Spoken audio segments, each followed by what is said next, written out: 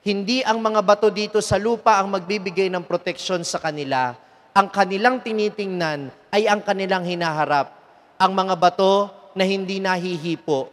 Ang mga bato na maaaring hindi maganda sa paningin ng ibang tao sapagkat ito'y hindi natin nakikita.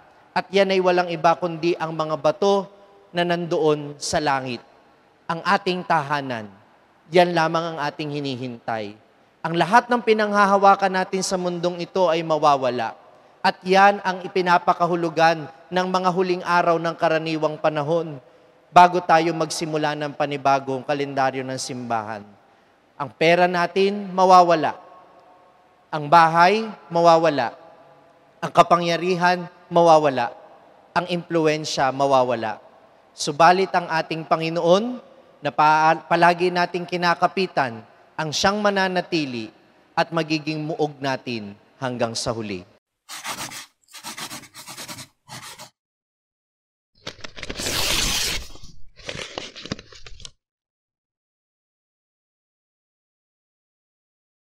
Sumainyo ang Panginoon at sumaiyo rin ang mabuting balita ng Panginoon ayon kay San Lucas. Papuri sa iyo, Panginoon.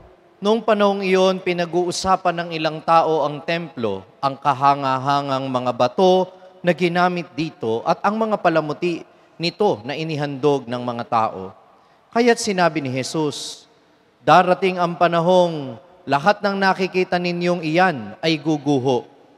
Walang batong ititira sa ibabaw ng kapwa bato. Tinanong sila ni Jesus, Guro, kailan po ito mangyayari? At ano ang magiging palatandaan na ito'y magaganap na?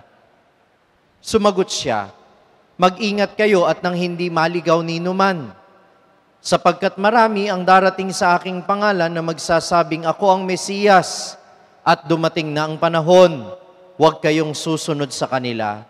Huwag kayong mabagabag kung makabalita kayo ng mga digmaan at mga himagsikan. Dapat mangyari ang mga ito, ngunit hindi darating karakaraka ang wakas. At sinabi pa niya, makikipagdigma ang bansa laban sa kapwa bansa at ang kaharian sa kapwa kaharian. Magkakaroon ng malalakas na lindol, magkakagutom at magkakasalot sa iba't ibang dako. May lilitaw na mga kakilakilabot na mga bagay at kagilagilalas na tanda buhat sa langit. Ang mabuting balita ng Panginoon. Pinupuri ka namin, Panginoong Hesukristo. Magandang araw po sa inyong lahat, lalo na ang ating pagbati sa mga kasama natin sa pamamagitan ng ating live streaming sa araw na ito.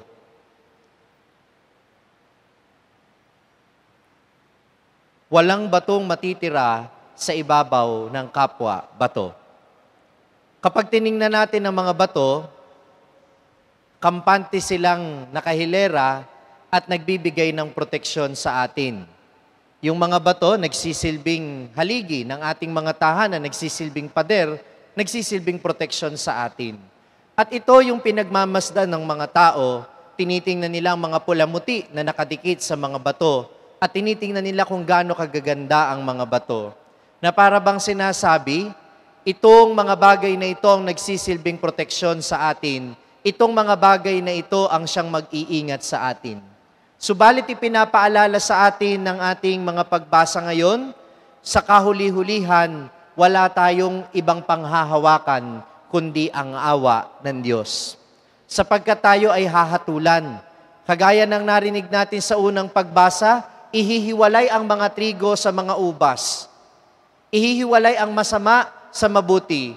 Ang mga mabuti ay titipunin upang makasama ng Diyos at yung mga masasama tulad ng ubas ay iipunin din, subalit itatapon doon sa pisaan ng ubas kung saan sila tatapak-tapakan noong mga gumagawa ng alak.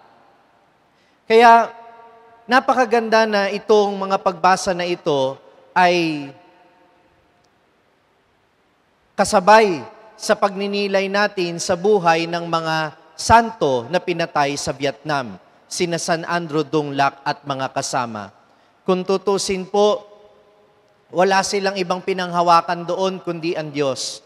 Wala silang mga hinawakan na wala silang mga bato o mga dekorasyon na naging proteksyon para pangalagaan ng kanilang buhay. Ang pinanghawakan lamang nila ay ang Panginoon. At alam natin na sa kanilang kamatayan, kagaya ng anghel na mula doon sa templo na nangangalaga ng apoy, sila ay sinundo, hindi upang sunugin sa apoy na nabibigay parusa, kundi sa apoy na nagbibigay ng kalinisan. Fire is meant not only to punish but to purify. Kaya yung anghel na sumundo sa mga martir ay hindi mga anghel na magdadala sa kanila sa kaparusahan, kundi sa kalwalhatian sa piling ng Diyos. At ito po ang nararanasan ng mga martir. Sila po ay pinarurusahan sa paningin ng mundo. Sila po ay inaapi sa paningin ng mundo. Yun nga pong mga obispo na kasama ni San Andres Donglac, binigyan sila ng mga baston, nakawayan bilang bakulo nila at nilagyan sila ng mga papel na sapin sa ulo bilang mitra nila. Ganon sila pinagtatawanan, ipinaparada sa mga kalsada at kinukulong at sa harap ng mga tao'y pinapatay. Wala silang panghawakan sa paningin ng ibang tao. Wala silang kapangyarihang pinananaligan sa mundong ito. Pero alam natin, malakas ang loob nilang harapin ang wakas sapagkat alam nilang ang kakapitan nila ay ang Panginoon. Hindi ang mga bato dito sa lupa ang magbibigay ng proteksyon sa kanila. Ang kanilang tinitingnan ay ang kanilang hinaharap. Ang mga bato na hindi nahihipo. Ang mga bato na maaaring hindi maganda sa paningin ng ibang tao sapagkat ito'y hindi natin nakikita. At yan ay walang iba kundi ang mga bato na nandoon sa langit. Ang ating tahanan. Yan lamang ang ating hinihintay. Ang lahat ng pinanghahawakan natin sa mundong ito ay mawawala. At yan ang ipinapakahulugan ng mga huling araw ng karaniwang panahon bago tayo magsimula ng panibagong kalendaryo ng simbahan. Ang pera natin, mawawala. Ang bahay, mawawala. Ang kapangyarihan, mawawala. Ang impluwensya, mawawala. Subalit ang ating Panginoon, na palagi nating kinakapitan, ang siyang mananatili at magiging muog natin hanggang sa huli. Amen. Kung na-bless ka ng pagninilay natin sa araw na ito, huwag mong kalimutang mag-subscribe sa page na ito at i-click ang bell button para manatiling updated sa tuwing nag-upload tayo ng mga pagninilay dito. At syempre, hindi pwedeng ikaw lang ang nabe-bless. Kung gusto mo ring ma-bless ang iyong mga kaibigan at mahal sa buhay, i-share ang link ng video na ito sa kanila. Ako po si Father Franz Dizon, ang content creator ng Sa Madaling Sabi na matatagpuan ninyo sa iba-ibang social media platforms. Pari ng Diocese ng Malolos at ngayon ay matatagpuan na rin po ninyo ang aking mga pagninilay sa #1 Catholic app in the world, ang Hallow.